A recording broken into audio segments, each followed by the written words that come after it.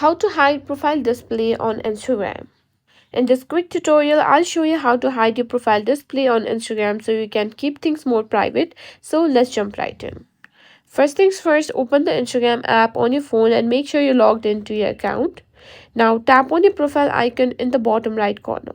From there, simply tap on Edit Profile.